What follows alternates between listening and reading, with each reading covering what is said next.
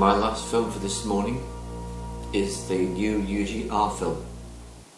There already is a film on YouTube about UGR, and it's fine and it stands on its own. However, there have been great strides in this process, this healing modality, so I want to talk to you about how things have developed and where we're at now. The UGR was originally designed to be a universal process for the release of stored grief and guilt in the person's body. People who work as healers know that what tends to happen to people when they go through their lives and they experience trauma and difficulties and upsets, all these get stored in the person's physical body, and that's why some people become overweight, because they're carrying a lot of emotional baggage which they've not been able to process. It's a very significant reason for a lot of overweight. So this is how the process was originally designed. It was to deal with that issue, and the first film goes into detail about how that works. Now, after a certain number of clients had been worked with, it became clear that we were doing a lot more than what we'd originally set out to do. We were not merely releasing grief and guilt stored in the person's body. Very quickly, the process widened out to include all stored emotions. So whether it's grief or guilt, or whether it's disappointment or frustration or irritation or rage or terror or fright or fear or anger, any emotion that is fundamentally harmful and something that has been repressed by the person and stored in the body is amenable to this process. So we call the process UGR still, in gratitude for the original focus, because it's something I learned from two healers, Chris Thomas and Diane Baker. They've been practicing for well over 30 years, and they realised that so much of the time origins of the person's illness was to do with grief and guilt. So that's how the process started. But in my practice it became very, very obvious all these other emotions are seriously hampering a person's growth and recovery too. And I would say that out of all of the other emotions, perhaps the bottom line is fear. Fear is responsible for so much. So by releasing these emotions, the fear, the anger, the rage, all that big list I gave you, disappointment, this makes the person's body feel lighter, and it means that they're more able to function and engage in the world, and their awakening process can proceed much more rapidly without the interference of the emotions literally being dead weight and baggage holding the person down. So this is great. However, there came a new development not much further on in the process. By this point I must have worked on maybe 30 clients. I was doing all the UGRs for free because it was in research and development mode. And then this is what happened. I was informed about dimensional pockets, and the first thought that went through my mind is, what are dimensional pockets? Well, it took a little time,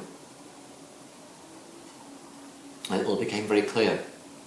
So the UGR is a process, and it's been like this for some months now, of releasing all stored emotions in not just this lifetime but in all lifetimes.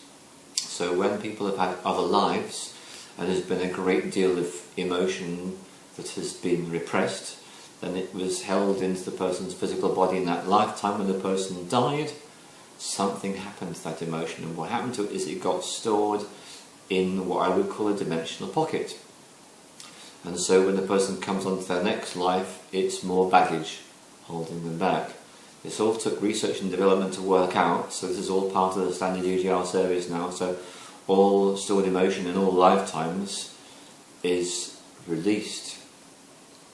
Now all this is great and wonderful, only it gets even better. Great gratitude to the first person to become accredited as a USR practitioner in the United States of America, named Valerie.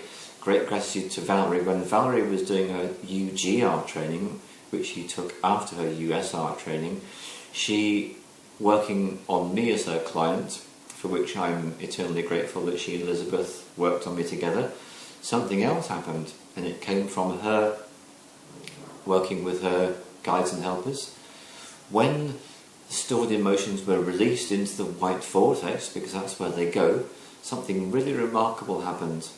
All those stored emotions which were captured by the UGR stone, which was then sucked up into the white vortex, which then got released into the white vortex. What then happened is the white vortex performed its own miracles, and all that stored emotion got turned into one quality. Now you think about this. After you've watched the film, just consider the implications of this. All those toxic stored emotions get transformed into innocence in the white vortex. And then the innocence is returned to the client, usually to the heart centre, and in certain cases, if the person requires it, if they're dealing with a lot of issues of sensitivity, what then happens is the innocence forms a second skin around that person, which is an extra protection. So the innocence goes into the heart, goes into the person's entire energy body, and forms a second skin around the person, where appropriate. This is such a powerful modality, the UGR. And this is where it gets, for me, most exciting of all, because there have been cases when I've been doing a USR for the person, and the person was having some issues with receiving it, and they got some benefit, but they didn't feel they got the full benefit. They didn't feel they got full benefit. And for those years that I was practicing, I didn't know what we could do about it. It was the vast majority of all clients that got a huge benefit with wonderful feedback, way over 90%, but there was less than 10% where it was, well, thanks very much, but nothing special. And in a very small number of cases, well, I couldn't feel anything. And often through follow-up, we could deal with that one. But I felt that there was something that needed to be addressed here, and by complete surprise, the UGR addressed it. So my attention is now drawn particularly to one client that I did work for a few months ago in a different continent from the European continent, very many thousands of miles away. And this is what happened. I did the USR for the person, sent the report. Some weeks went by, the feedback I received suggested, well, thanks very much, don't feel a huge amount. And I thought, okay. The person requested, could I do a health check? I thought, well, I certainly will do. If I ever get any response less than 100% positive, I'm always going to do a health check. So in the health check, this is when it came up for the first time, UGR indicated. So I emailed the person back to suggest I would do the UGR, no charge, let's get this one done, see how it works for you. I did the work, and then there was another gap of a few weeks, and in the back of my mind I was thinking, I wonder how this person's getting on. Has UGR made any difference? I was curious, because I was getting great results from the UGR from many, many clients' feedbacks. But what about this one, where the USR hadn't quite done it for her? Would this make a difference? Oh yes, it did. I got such a positive feedback, and the client explained, I didn't want to write back to you straight away because I wanted to see what would happen if some weeks went by, and would it remain? Oh yes, it has. So I'm absolutely delighted to say that for clients where they are carrying so much emotional baggage from this lifetime and or other lifetimes, which means that the baggage could actually be getting in the way and blocking the person receiving the full USR, then what we do is the UGR, and I would say probably in about 20% of cases these days I will get the instant feedback from the helpers and the guides. The book for USR, they need UGR first, and then that's what we do.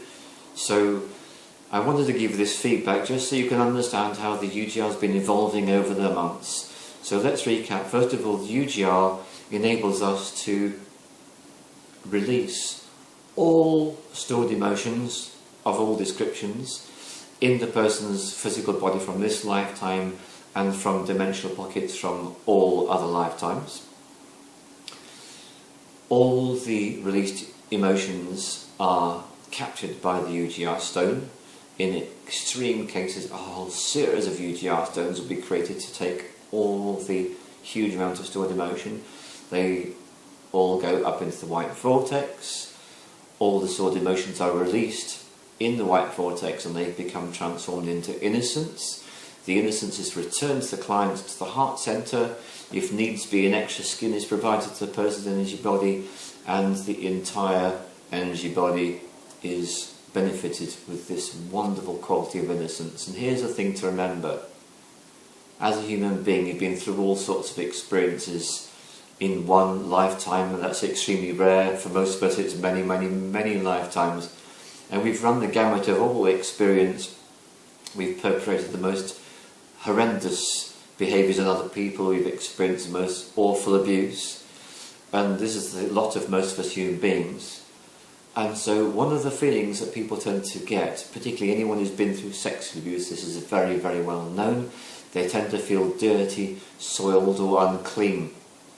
When you've had the UGR, you know that you are innocent, because your innocence, which is your birthright, which is your heritage, has been returned to you.